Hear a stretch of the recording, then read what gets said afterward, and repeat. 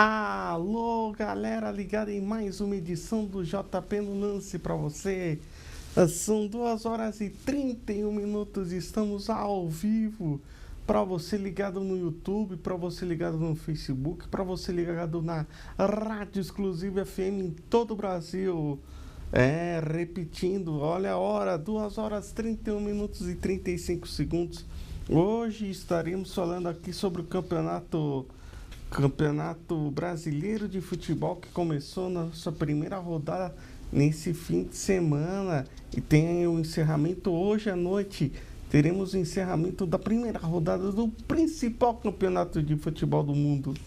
Talvez não tecnicamente, mas é o único campeonato que você tem tem quase 10 favoritos, tem 10 grandes times postulantes ao título. Claro, isso é uma coisa discutível, mas em nenhum outro lugar do mundo acontece isso, onde só tem 2, 3, 4 times normalmente disputando o título. É o Campeonato Brasileiro de Futebol, também teremos o futebol europeu, teremos muita coisa hoje aqui na Rádio Exclusiva FM para todo o Brasil, aqui também com Vinícius Alcântara, Vinícius Alves, que estará aqui ao meu lado, Vinícius Alves, que está ao meu lado comentando todo o futebol europeu também, o futebol brasileiro, às 2h32. Boa tarde, Vinícius Alves. Boa tarde, João. Boa tarde aos ouvintes da rádio. Um prazer estar aqui de novo. Muito bem.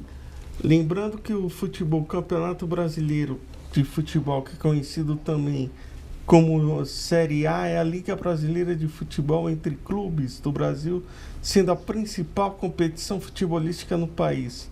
É por meio dela que são indicados os representantes brasileiros para a Libertadores da América junto com o campeão do Brasil.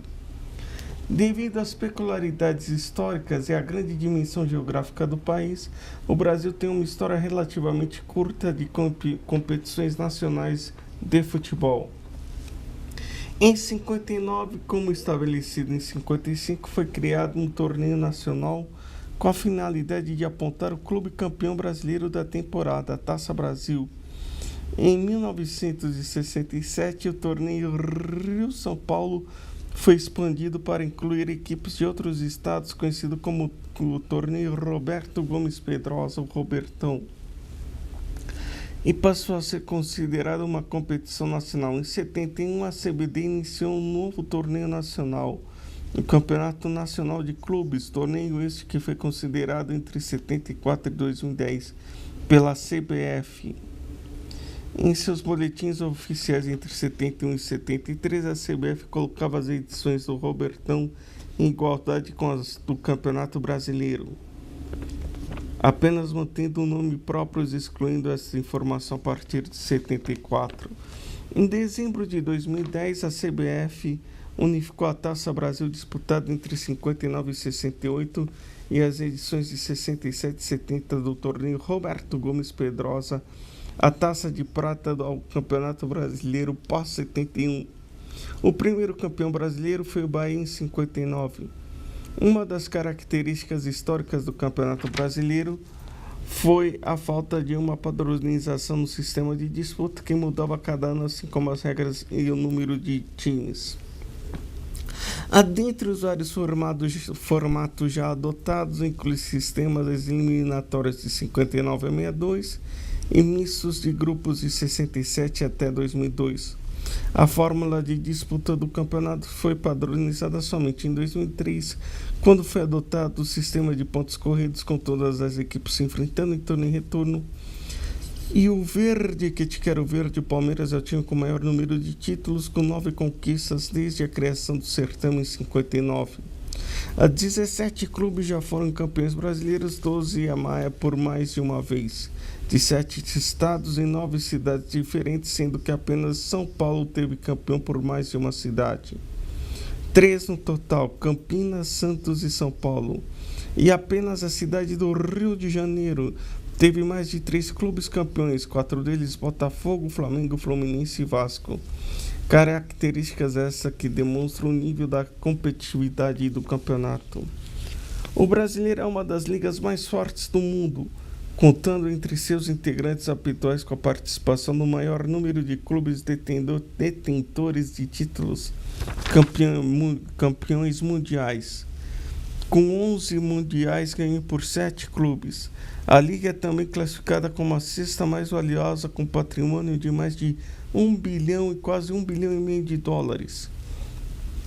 Sendo um dos campeonatos mais ricos, com volume de negócios anual de mais de 1 bilhão de dólares.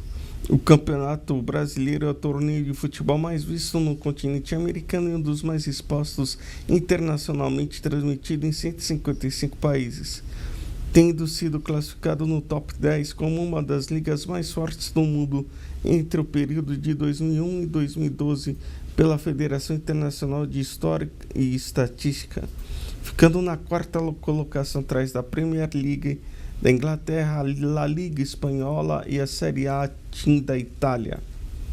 O Brasileirão é a competição de futebol preferida dos brasileiros, com 51%, pelo equilíbrio e imprevisibilidade, bem à frente da Copa Libertadores da América com 22,3%, a segunda colocada na preferência popular.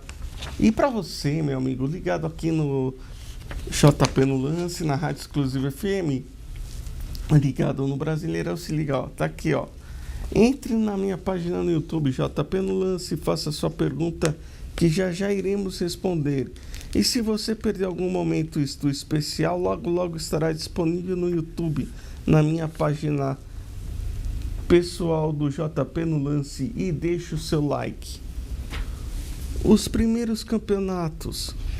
Apesar da proposta de criação da Taça Brasil da Tarde 51, a primeira edição do torneio não pôde ocorrer em 55 como planejado. Um motivo seria o fato do calendário brasileiro já estar aprovado no período de 55 a 58, não podendo sofrer alterações em decorrência do Mundial. Sendo assim, ficou definido naquela época para a Taça Brasil começar somente em 59. A criação do campeonato era necessária como forma de conciliar e integrar os clubes de outros estados, pois questionava-se o fato de apenas clubes cariocas e paulistas terem a chance de participar do torneio Rio São Paulo e Copa Rio Intercontinental e da competição ter sido instituída em 54 pela CBD com a finalidade de apontar o clube brasileiro campeão da temporada e de ter seu regulamento definido no ano seguinte. Além da decisão da Confederação Sul-Americana de Futebol, Conmebol, em 58, de criar a Copa Libertadores, uma competição que deveria reunir os campeões nacionais de cada liga sul-americana. Justo a isso, a CBD, a CBF, que é a antiga CBD, Confederação Brasileira de Esportes, encontrou mais uma necessidade para a realização de uma competição para definir o campeão brasileiro a ser indicado como representante do Brasil na competição sul-americana. Desta maneira, em 59, a CBD deu início à Taça Brasil, trazendo representantes de cada estado para competir nesse torneio. A primeira edição aconteceu em 59 com 16 participantes. O regulamento previa que os campeões paulistas e carioca entrassem na competição na fase semifinal e os demais seriam agrupados geograficamente. Os vencedores das zonas norte e sul também se classificavam para as semifinais. O Bahia se tornou o primeiro campeão ao vencer o Santos na final.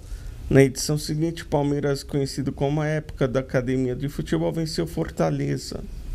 Daí o Santos começou a despontar, sendo campeão brasileiro consecutivamente por 5 vezes, vencendo a edição de 61, reeditando a primeira final contra o Bahia, tornando-se bicampeão no ano seguinte ao derrotar o Botafogo por 5-0 em pleno Maracanã, conquistando o terceiro título novamente diante do Bahia na edição de 63, o quarto em 64 diante do Flamengo, e em 65 fazendo seu pentacampeonato em cima do Vasco.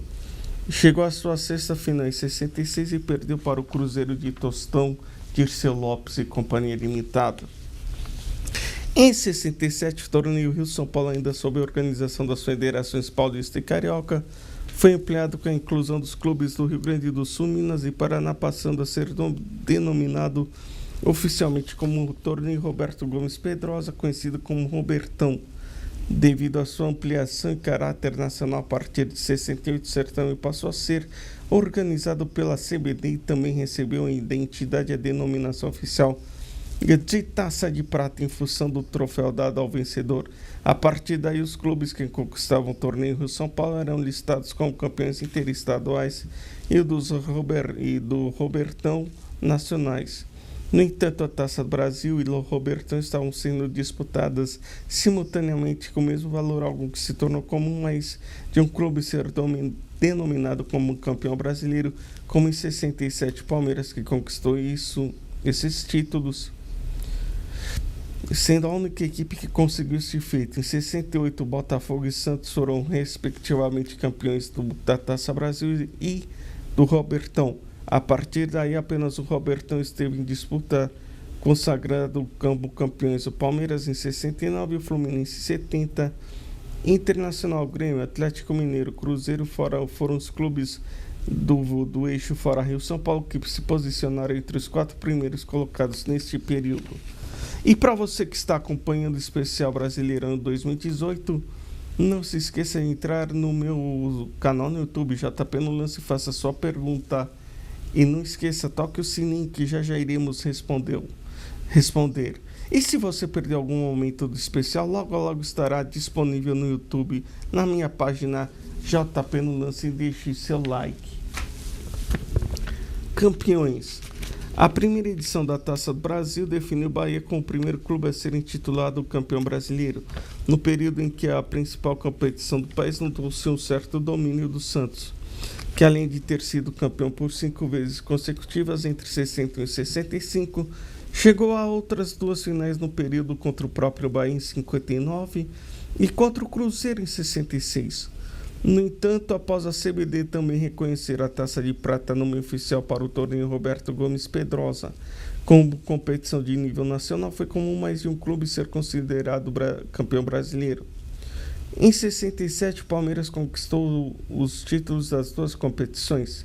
Em 68, o Santos foi campeão do Robertão e o Botafogo da Taça Brasil. Neste período, 5 equipes diferentes conquistaram o título. O Santos 6 vezes, o Palmeiras 3, Bahia, Cruzeiro e Botafogo 1 vez. Entre os quais Palmeiras em 60, Santos em 63, 64 e 65 e Cruzeiro em 66 foram campeões invictos. Nos 2 anos seguintes, apenas a Taça de Prata foi disputada como competição em nível nacional de clubes, consagrando Palmeiras e Fluminense como campeões. Quando a competição chamava-se oficialmente de Campeonato Nacional de Clubes, entre 71 e 74, 3 clubes foram campeões brasileiros: Palmeiras em 72, 72, 73, Atlético Mineiro em 71 e Vasco em 74. No período de 75 a 79, quando a CBD mudou o nome da principal competição do país para a Copa Brasil, prevaleceu o domínio do Internacional, que conquistou o título brasileiro 3 vezes.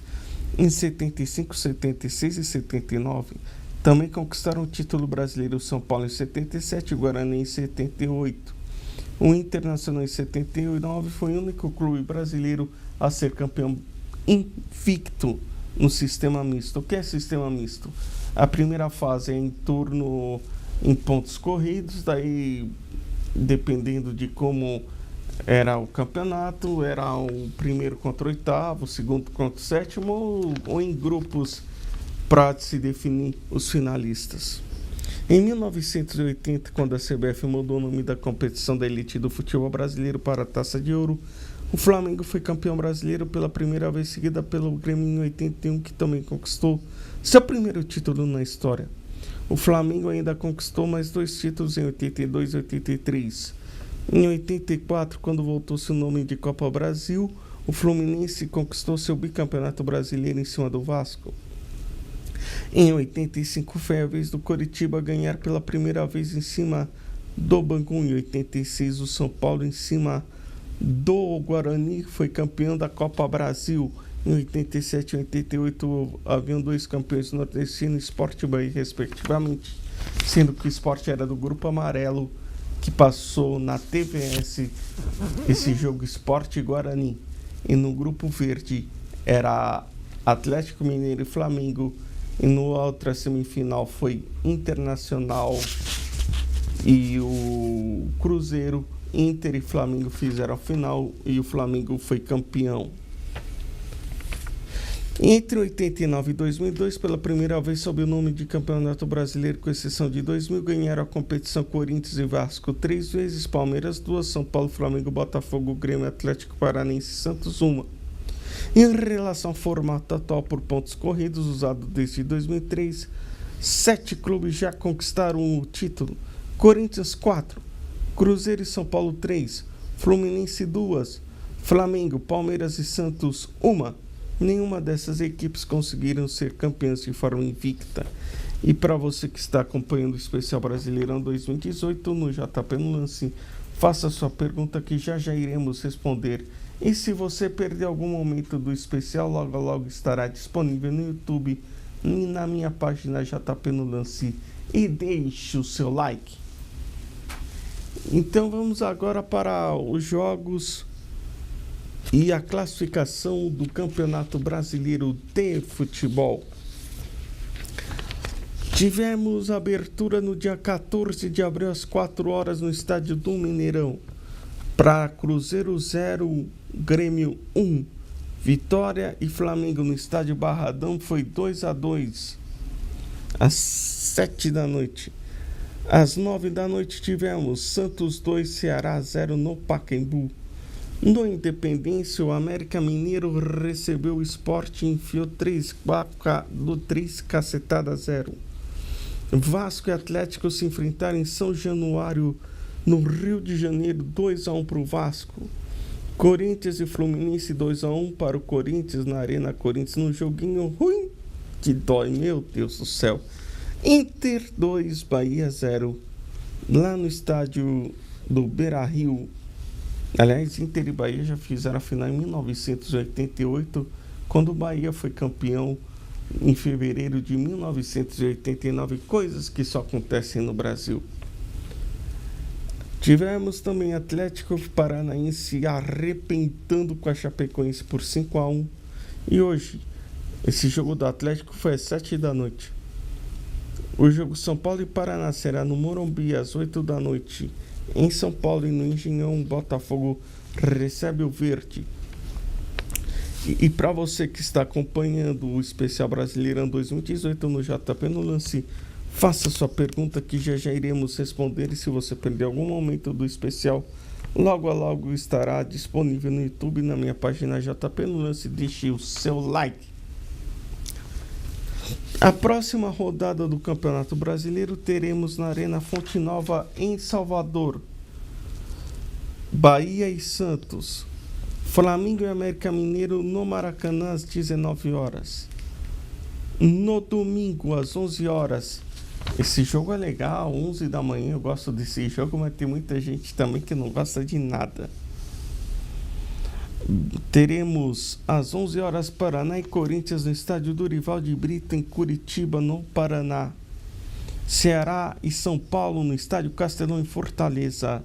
Além de Chapecoense e Vasco da Gama na Arena Condá e Chapecó. Esses jogos já a partir das 16 horas. A partir das 16 tem o jogo do Ceará, do Vasco da Gama, Ceará e São Paulo. Chapecoense, Vasco, Atlético Mineiro e Vitória no estádio Independência. Além de Fluminense, Cruzeiro e Palmeiras Internacional na Arena Palestra. Às 7 da noite teremos também Grêmio e Atlético Paranaense na Arena Grêmio. E na segunda-feira, fechando a rodada, temos Sport e Botafogo no estádio Ilha do Retiro. E a classificação tem o Atlético Paranaense, o América Mineiro, Santos, Inter, Corinthians, Vasco, Grêmio com 3 pontos. Flamengo e Vitória com ponto. E Botafogo, Palmeiras, Paraná, São Paulo, Fluminense e os demais equipes não tem ponto nenhum. Lembrando que Botafogo, Palmeiras, Paraná e São Paulo estarão disputando a primeira rodada do Campeonato Brasileiro de Futebol às 2 horas e 50 minutos. Alô, Vinícius. Boa tarde. Boa tarde, João. Então, finalmente começou o Brasileirão, né? Finalmente começou o Campeonato Brasileiro. que eu tinha um pouco mais de expectativa por ser o Campeonato Brasileiro, por reunir pelo menos o que a gente sempre falou, mas é muito discutível, mas pelo menos temos 12 equipes grandes aqui no Brasil. Nunca em nenhum outro lugar do mundo tem um número equivalente de equipes, onde só tem 3 ou 4, 2, 3, 4. E mesmo assim, essa primeira rodada do Campeonato Brasileiro foi uma coisa terrível, foi sonolento. Começou devagar, né? Devagar, Bem devagar, foi extremamente sem sal. Parecia anestésico o Brasileirão, Vinícius. João, as partidas que eu pude acompanhar foi duro assistir, foi complicado. O Corinthians ontem, o primeiro tempo, a gente podia ter passado sem, né? Exatamente. Tirando o detalhe do gol no final, não aconteceu mais nada naqueles 45 minutos. Foi terrível o jogo do Corinthians. Mas, segundo tempo, as coisas melhoraram. O jogo foi um pouco mais movimentado. O Fluminense conseguiu empatar logo no início da segunda etapa. Quase conseguiu sair de Itaquera com um empate. Mas o Rodriguinho estava num dia feliz e conseguiu dar a vitória. Que o Rodriguinho está inspirado, hein? Tem gente que tá tratando ele na internet até como o Rei Driguinho, né? Meu Deus do céu. Que nível que chegamos. Meu Deus do céu. Que farsa. Mas nas demais partidas tivemos uma boa estreia do Santos no Pacaembu. Passou sem susto pelo Ceará, mas né? também vai falar o Ceará. O Ceará é postulante no máximo a Sul-Americana. O Santos fez o dever de casa. Exatamente, fez o que já esperava da equipe, né? Não passou sufoco e conseguiu os 3 pontos sem grande esforço. Tivemos também o Cruzeiro perdendo do Grêmio por 1-0 dentro da expectativa, levando em consideração também que o Grêmio terminou em terceiro lugar, se não me falha a memória, na última passada. Exato. O Cruzeiro perdeu no Mineirão, mas é clássico, é jogo gigante. Eu não vejo como uma zebra esse resultado. Não. Apesar de muita... Com o jogo entre duas equipes que devem brigar pelo título, o Grêmio, se tiver a mesma ambição que ele tem com a Libertadores, com o Brasileirão, é uma das equipes candidatas ao título também. Mas tá certo que muita gente também já tá pegando no pé do Mano Menezes. O Mano, ele vem de bons trabalhos, é o atual campeão da Copa do Brasil, conquistou o título mineiro no último fim de semana também, e acho que é um pouco cedo para começar só as cornetas para cima dele. Se bem que o Campeonato Mineiro também, infelizmente, só tem 2 times e é muito de um nível técnico muito baixo. 2 times mais ou menos, né? Porque o ano passado o campeão foi o América, que esse ano está de volta na primeira divisão do Brasileiro também. Exatamente. Já o Vitória empatou com o Flamengo no Barradão às 7 da noite, esse jogo também no sábado, por 2-2, num jogo que teve muita confusão também. A arbitragem na primeira rodada já mostrou cartão de visita, né? Exatamente. E lambança do juiz. Exatamente. E por essas e outras que eu também sou a favor do árbitro de vídeo. Exatamente. Foi um lance bizarro, meu. Você tem um jogador ali na linha do gol que impede um gol do time adversário, o juiz marca pênalti e ainda expulsa ele, sendo que a bola bate na cabeça. É horrível. Ele fez certo, mas fez errado, né? Por quê? Não, o juiz fez certo porque seguiu a recomendação seguir convicto com sua decisão. Exatamente. E nisso ele foi certo, mas ele fez errado de ter expulsado. Tanto que esse jogo foi no sábado. No domingo seguinte já a comissão de arbitragem afastou o árbitro desse jogo. Exatamente, já começou bem o campeonato. O Santos venceu no Pacaembu o Ceará por 2-0, um joguinho também mais ou menos, mas o Santos fez o papel dele. Jogou pro gasto, conseguiu a vitória e começou bem o campeonato. O América Mineiro arrepiou no Estádio Independência 3-0 em cima do Sport. Foi um jogo bem interessante, bem movimentado. Tecnicamente eu não achei grande coisa, mas foi um jogo bem movimentado. Eu gostei muito do time do América Mineiro. Claro que não é postulante a coisa nenhuma. Mas o América, que foi rebaixado em 2016, Exato. Conseguiu voltar logo na primeira oportunidade que teve para subir de volta à primeira divisão. Fez uma boa segunda divisão, não conquistou o título, mas conseguiu sua classificação, que era a intenção da equipe para esse ano. O Vasco venceu o time do Galo Mineiro por 2-1 no estádio São Januário, lá no Rio de Janeiro, em São Januário. Vasco 2, Atlético Mineiro 1. Esse jogo o Vasco ganhou de virada, né? Exatamente. O Atlético saiu na frente. O Atlético saiu na frente. Aí no finalzinho da partida, um gol do Wagner, e no final, nos acréscimos, já um pênalti que o Iago Pikachu converteu, trouxe a vitória para o Gigante da Colina. Um time que tem Iago Pikachu e Wagner é o fim da picada, viu? Para quem tinha Vivinho e Romário, ter Iago Pikachu e Wagner. Meu Deus do céu. Que coisa lamentável, que nível. Também tivemos no estádio do Corinthians, na Arena Corinthians, em Itaquera, também conhecido popularmente como Itaquerão. Corinthians 2, Fluminense 1. Ô joguinho ruim, meu Deus do céu. Que coisa terrível foi esse jogo do Corinthians. Não foi um jogo muito gostoso de se assistir. Acho que quem pudesse ter outra coisa para fazer, arrumou aquela hora para fazer. Porque se tinha algum momento para se ocupar fazendo outra coisa, era na hora do jogo do Corinthians, cara. Porque estava feia a coisa. Foi triste o jogo, um jogo muito pegado, muito feio, muito grosso. Corinthians venceu daquele jeito do Corinthians, que todo mundo já sabe. Mas olha, teve um momento lá no meio do jogo que eu sentei na poltrona e dei uma cochilada que foi terrível, terrível. Eu nunca vi um nível tão baixo nessa primeira rodada como eu vi do Campeonato Brasileiro agora. E olha que estão falando de elite: Cruzeiro, Grêmio, Flamengo, Santos, Sport, Vasco, Atlético Mineiro, Corinthians, Fluminense. Meu Deus do céu, que joguinho ruim do time do Corinthians e Fluminense.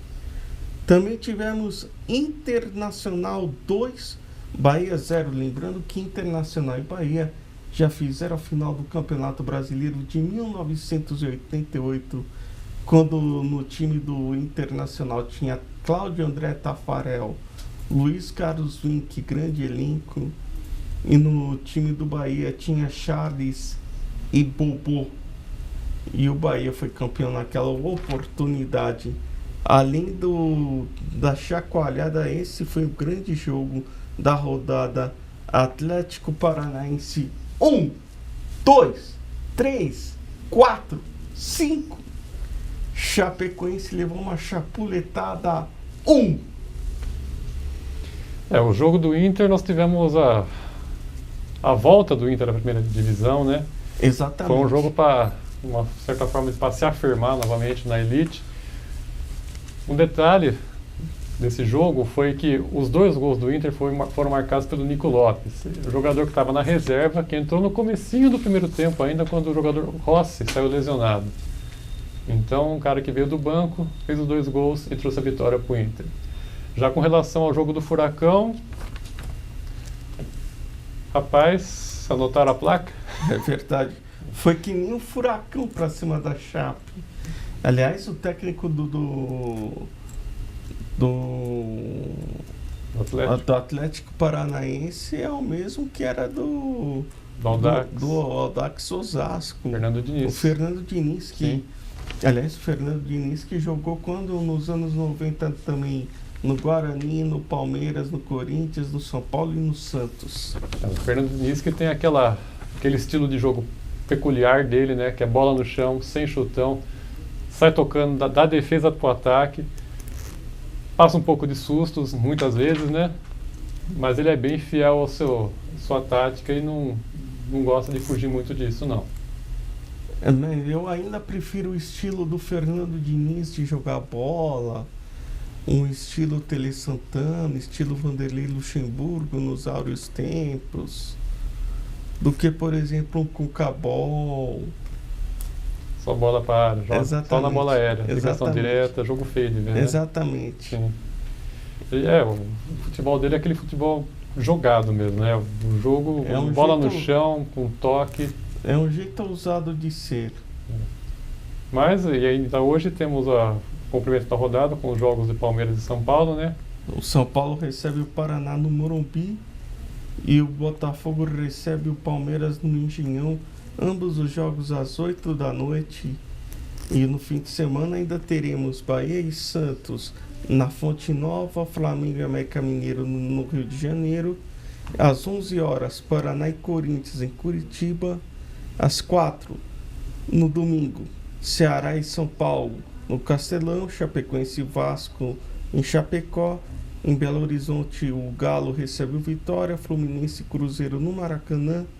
Palmeiras e Inter na Arena Palestra, Grêmio e Furacão na Arena Grêmio às 19 horas. E na segunda, às 20 horas, teremos Sport Botafogo na Ilha do Retiro. Muito bem. E vem o próximo fim de semana com grandes jogos, melhores do que esse que passou. Eu também acho. São Paulo e Paraná, se o São Paulo não tomar cuidado, o São Paulo já faz tempo que está fazendo campanhas pífias no Campeonato Brasileiro. Tá certo que o Paraná também, para mim, é um postulante ao brigar para não cair. Exatamente. Uhum. E vai ser complicado. O Botafogo, no máximo, ao meu ver, é time para ficar brigando no máximo pela Libertadores e olhe lá. Porque a Libertadores hoje é uma coisa muito abrangente, né? Exatamente, por isso mesmo. Se você não briga para cair, você briga pela Libertadores. Ou a Sul-Americana.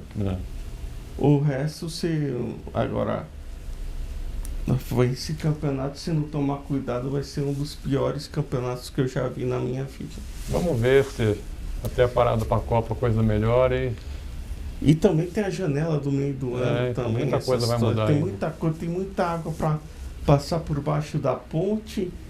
E agora vamos falar do futebol internacional, é isso? Muito bem, vamos falar então do futebol internacional. É com você, Vinícius. Vamos lá, ó. Esse fim de semana na Europa pintaram campeões, hein? Bem. Tivemos campeão na Inglaterra, na França e na Holanda.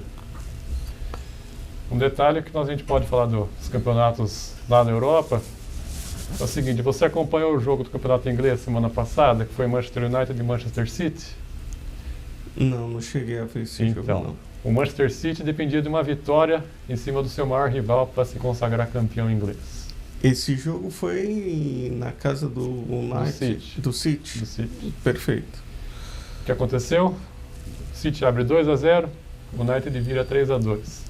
Adiamos a conquista do City.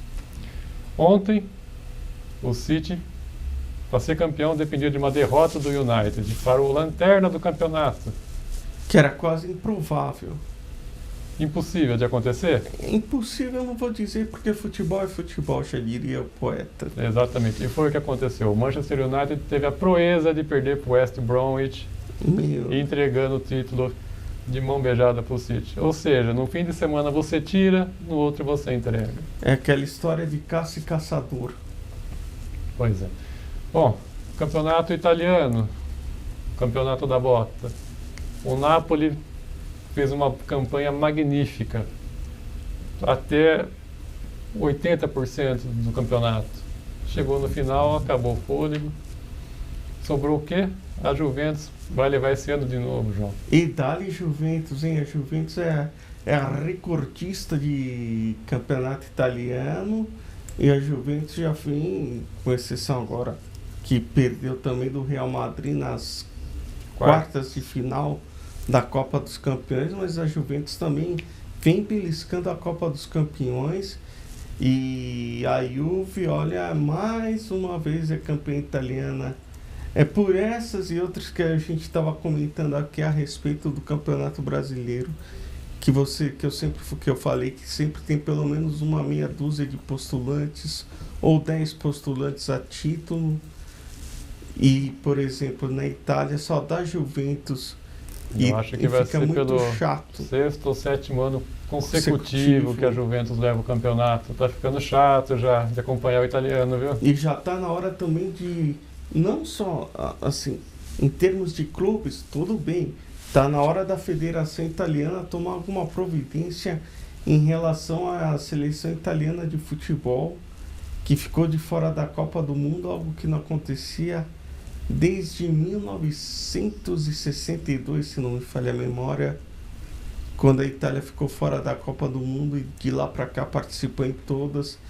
E eu me lembro que o campeonato italiano era um campeonato muito rico, um campeonato muito legal de se acompanhar, tanto que nos anos 80, antes da Bandeirantes transmitir o campeonato italiano com a equipe do Luciano do Valle, às vezes o Luciano do Valle a maior parte do tempo com o Silvio Luiz, também o J. Júnior e o saudoso Marco Antônio Matos, comentários de Silvio Lancelotti e Giovanni Bruno, passava também no princípio dos anos 80, 84, 85, na Rede Globo de televisão. Ou seja, era um campeonato rico, imponente, importante, que infelizmente está perdendo a sua credibilidade, sua validade perante o mundo. Para você ter ideia, a Itália, desde a eliminação da não classificação para a Copa do Mundo, até hoje não tem um treinador novo. Nenhum treinador assumiu o cargo da seleção italiana ainda. Você vê que ponto que chegou a desorganização e até a falta de interesse dos treinadores em assumir a seleção. Porque a Itália tem grandes treinadores também. Você tem Ancelotti, você tem Walter Mazzarri, você tem uma infinidade de bons treinadores. Fábio Capello, que se aposentou na última semana como técnico de futebol. Eu gostava do Fábio Capello. Então, a Itália está... Tinha a Itália que em 1994 foi vice-campeã do mundo e teve como seu técnico Arrigo Sacchi, que também foi treinador do Milan nos anos 90, anos 80. É a época do Milan holandês. Exatamente. Para quem não sabe o que era o Milan holandês, de um lado era o Milan, do outro era a Inter. O Milan tinha Rudi Gullit, Van Basten e o Rijkaard. No lado da Internacional tinha o Klinsmann, o Bremen, eu não me lembro agora o terceiro jogador alemão que tinha lá na Internacional. É por isso que o Vinícius se referiu ao Milan holandês. Exatamente. Bom, mudando um pouco de campeonato, vamos para a Espanha agora, onde tivemos esse fim de semana um recorde. E para quem não sabe, também a Holanda acabou perdendo nas oitavas de final para a Alemanha na Copa de 1990. Falando um pouco de campeonato espanhol agora, esse fim de semana tivemos recorde na Liga. Barcelona conseguiu chegar ao seu 39º jogo sem derrota no campeonato. Ou seja, ele não perde desde o campeonato passado. Falta pouco para ser campeão também. É bem inacreditável. Pouco. Provavelmente o Barcelona vai ser campeão invicto nessa temporada. Mas, dando uma cutucada agora, pro meu lado, pode ser campeão invicto, mas perdeu para Roma, né, na Liga dos Campeões e está fora da Liga dos Campeões. Aliás, um jogo histórico para Roma. Inacreditável, porque o Barcelona tinha o jogo na mão. Tinha ganho de 4 na primeira partida. Exatamente. Na primeira partida tinha sido 4-1. Eu acho que os catalães lá da Espanha devem ter entrado com uma certa soberba que não era para ter entrado em campo. Aí a Roma entrou com vontade, determinação e garra.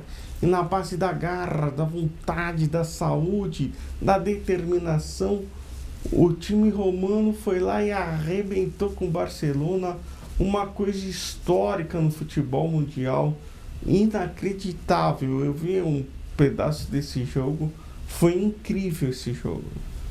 Não, foi um jogo especial, para mim até agora é o jogo do ano. Vai ser difícil superar a emoção dessa partida de volta da semana passada, viu? E agora vai ter as semifinais semifinais, é isso? Exatamente, semifinais dia 22, dia 23. De um lado tem Bayern contra Real Madrid, do outro lado Liverpool e Roma, que reeditam a final de 84. Exato, muito. Então, Bayern e Real Madrid, esse jogo promete ser um jogo de arrepiar. Vai ser um jogaço de bola. Por quê? São duas equipes fortes. O Real Madrid dispensa apresentações. É simplesmente o maior clube europeu. É o clube que detém o maior número de títulos da UEFA Champions League. Para quem não sabe, o Real Madrid está para a UEFA Champions League, assim como o Boca Juniors ou o Independente está para a Libertadores da América. Tá certo que naqueles anos 60 e 70 o Brasil não dava muita importância para a Libertadores, mas isso não importa. O Real Madrid são 12 conquistas. Esse ano ele está brigando para conquistar o tricampeonato da Champions. É o favorito à conquista, né? Apesar do sufoco que passou contra a Juventus e aquele lance polêmico no final, aquele pênalti que o Cristiano Ronaldo assinalou. Eu achei isso um absurdo. Eu acho que a Juventus merecia ter passado para a próxima fase. Você acha que é só no Brasil que a arbitragem comete dessas? É por essas e outras que eu sou a favor da profissionalização do árbitro. Sei lá se vai melhorar, ou melhorar eu acredito que vá, mas pelo menos com o árbitro sendo profissional, ele vai estar com a cabeça voltada especificamente no jogo de futebol. Ele não é, por exemplo, sei lá, caminhoneiro, bancário, jornalista, médico e árbitro de futebol. Exatamente. E por outro lado, com todo respeito, nós temos o Bayern também, que é campeão alemão já há algumas rodadas. Aliás, comanda o Bayern de Munique o campeonato sempre foi nacional. campeão alemão há muito tempo. Não há muito tempo, parece uma coisa meio óbvia, mas quero dizer que o Bayern de Munique domina o futebol alemão de uma maneira inacreditável. Ele é soberano no seu campeonato local. Está em busca da tríplice coroa que ele conquistou em 2012 ou 2013 com o treinador atual, que é o Jupp Heynckes, que ele foi campeão alemão, campeão da Copa Alemã e campeão da Liga dos Campeões. O campeonato alemão ele já conquistou. A Copa da Alemanha ainda está em disputa e a Liga dos Campeões também. Então aí ele ainda tem a chance de repetir esse feito. Acho improvável que leve a Liga dos Campeões, mas tudo pode acontecer, né? Exatamente. Agora, falando um pouco da outra semifinal, Liverpool e Roma, para mim, um jogo... As duas partidas vão ser bem disputadas. O Liverpool, eu achei que ia ter bastante dificuldade contra o Manchester City na fase anterior, mas ganhou os dois jogos fácil, me surpreendendo até. E falar da Roma não dá nem para comentar, né? A emoção que foi aquele jogo contra o Barcelona e a classificação épica não vai sair tão cedo da memória dos torcedores. Mas aí eu fico com a pergunta na cabeça. Com a Roma na semifinal, a Juventus que quase eliminou o Real Madrid, seria esse o voo de fênix do futebol italiano? Ou seja, olha, será seria uma que está forma de... ressurgindo das cinzas? Não sei se ressurgindo, mas pelo menos para diminuir um pouco a vergonha de ficar de fora da Copa, com certeza. Porque a Juventus merecia ter passado para essa semifinal também. E a Roma está honrando o seu país e espero que faça uma boa disputa com o Liverpool nessa semifinal. E lembrando que a final da Copa dos Campeões da Europa é agora em maio em Kiev, na antiga União Soviética, que é a atual Ucrânia. Exatamente. Capital da Ucrânia, Kiev, Hein? É legal que... Eu tô achando legal que a UEFA tá rodando os estádios, os países, porque teve uma época recente que parecia que só existia Londres para a UEFA. É impressionante. O que teve de final da Copa dos Campeões disputada em Londres, lá no lendário estádio Wembley, é impressionante. Parecia que só existia um Wembley para a UEFA, é incrível. Eu acho interessante essa política que eles têm de, antes do campeonato começar, eles já definem onde será a final. Exatamente. Que é isso que a Conmebol está querendo começar a fazer, né? Exatamente. A Conmebol tem uma ideia peculiar de querer fazer um jogo exatamente como é a final da UEFA Champions League. Pode ser a final em São Paulo, pode ser em Montevidéu, sei lá, em qualquer lugar. Mas acho que isso não... Aqui, para os nossos moldes, para a nossa região, eu acho que isso não é viável. Porque, por exemplo, se você está na Itália e você quer ir até a França, você vai rapidinho, você pega um trem e vai. Mas aqui, a América do Sul não tem estrutura que permita esse fácil deslocamento dos torcedores de um país a outro, né? Exatamente. Porque imagina você pega uma final entre um time do Brasil e da Argentina e o jogo final vai ser na Colômbia. Ou no Chile. Que apelo de público que vai ter essa partida? É quase nenhum, eu acho. Não ser um cara muito fanático e bem abastado. Sim, a Conmebol pode pegar alguma das ideias da UEFA, mas copiar tudo a América do Sul não serve. E outra, a América do Sul é um continente bem maior que a Europa. A Europa é todo pequenininho, bem, por mais distante que seja, é bem mais perto do que a distância entre, sei lá, Brasil e Argentina, Brasil e Colômbia, Chile e Colômbia, etc. Acho que a questão não fica nem na questão da distância, mas sim da estrutura e da facilidade dos transportes que tem lá e que nós não temos aqui, né? Exatamente. Eu acho que a América do Sul tem muito que melhorar ainda para chegar nos moldes da UEFA. Exatamente. Então, lembrando para você, em nível de Europa, que a final vai ser em Kiev, na Ucrânia. Lembrando que Kiev, para quem não se lembra, em nível de história, Kiev pertencia à ex-União das Repúblicas Socialistas Soviéticas nos anos 70, 80, até cair a história do Muro de Berlim, até acabar com o socialismo, vamos assim dizer, no mundo. Enfim, é lá naquela região, né, chamada Europa Ocidental, que vai ser decidido a UEFA Champions League. É o campeonato charmoso de se acompanhar, né? Porque ali você... Será que... Desculpe eu cortar. Pode falar. Mas será que esse não foi feito propositalmente, já que a Copa vai ser disputada na Rússia, que também pertence àquela região da Europa? Pode ser que tenha alguma relação, sim. Mas o que eu quero dizer é que ao acompanhar a Liga dos Campeões, você vai estar acompanhando também a maioria, se não falar 100% dos jogadores que estarão na Copa do Mundo também, né? Então é um campeonato que você já consegue assistir como uma forma de treino para a Copa do Mundo. Porque lá que estão os principais jogadores da seleção jogam na Europa e tantos outros países que são favoritos ao Mundial, né? Exatamente, são lá. E outra, você vê, por exemplo, você vê um jogo da Europa, um jogo desse nível, vamos supor, Bayern de Munique e Juventus, supondo-se, afinal, você não vai ver neguinho jogando saco de urina, você não vai ver neguinho jogando pedra no ônibus do time adversário. Você não vai ter que ter o guarda com o seu escudo na hora de cobrar escanteio, exatamente. Né?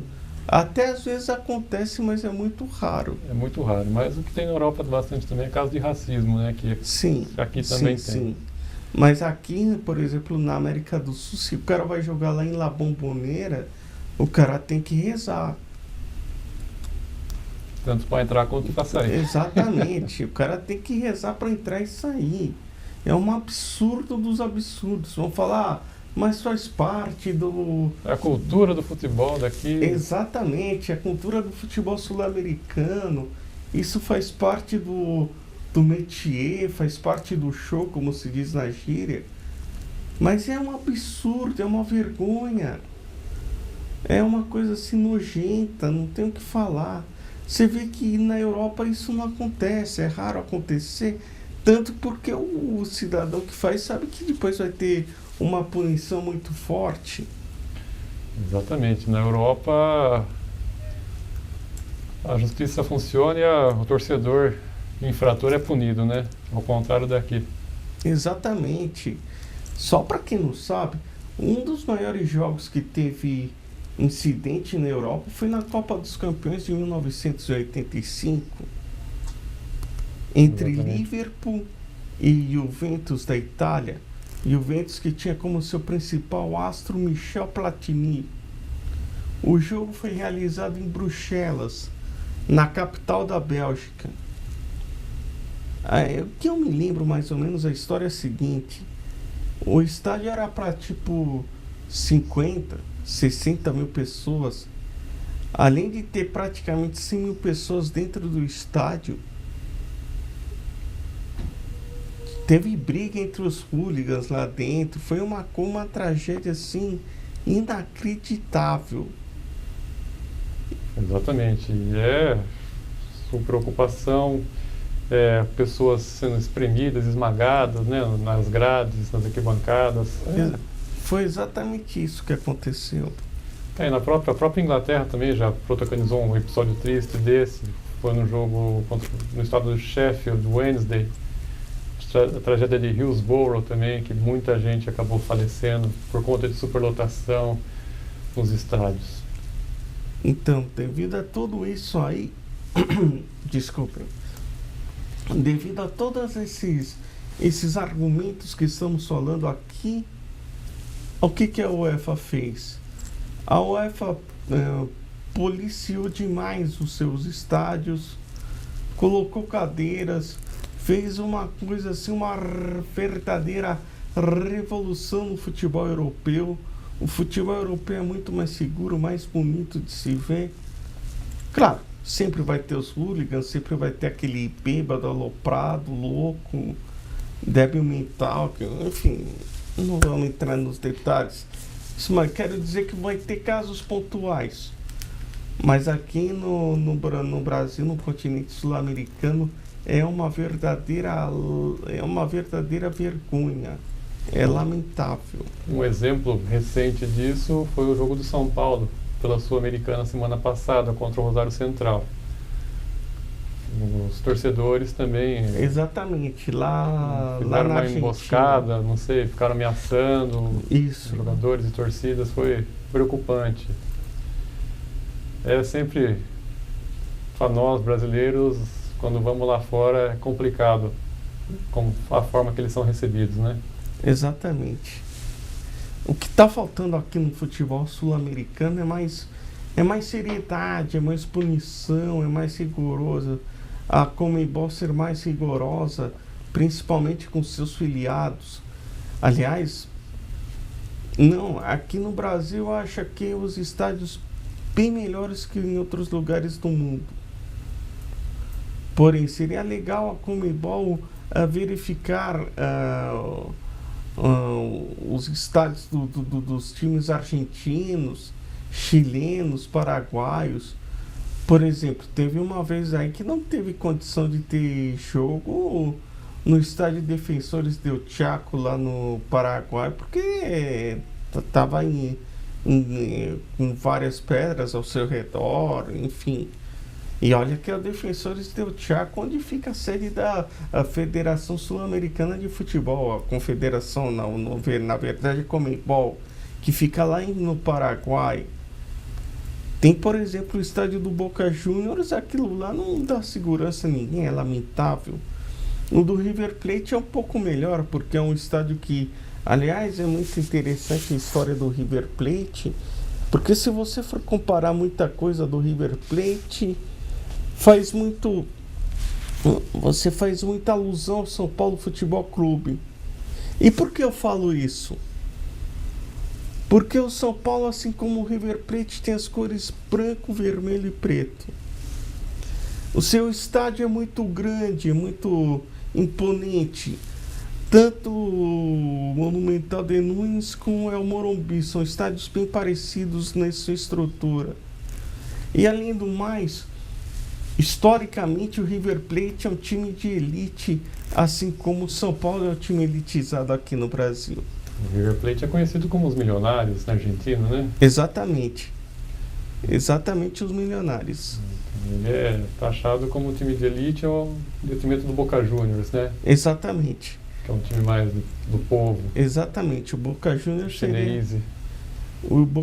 seria mais o Corinthians aqui, guardando devidas proporções.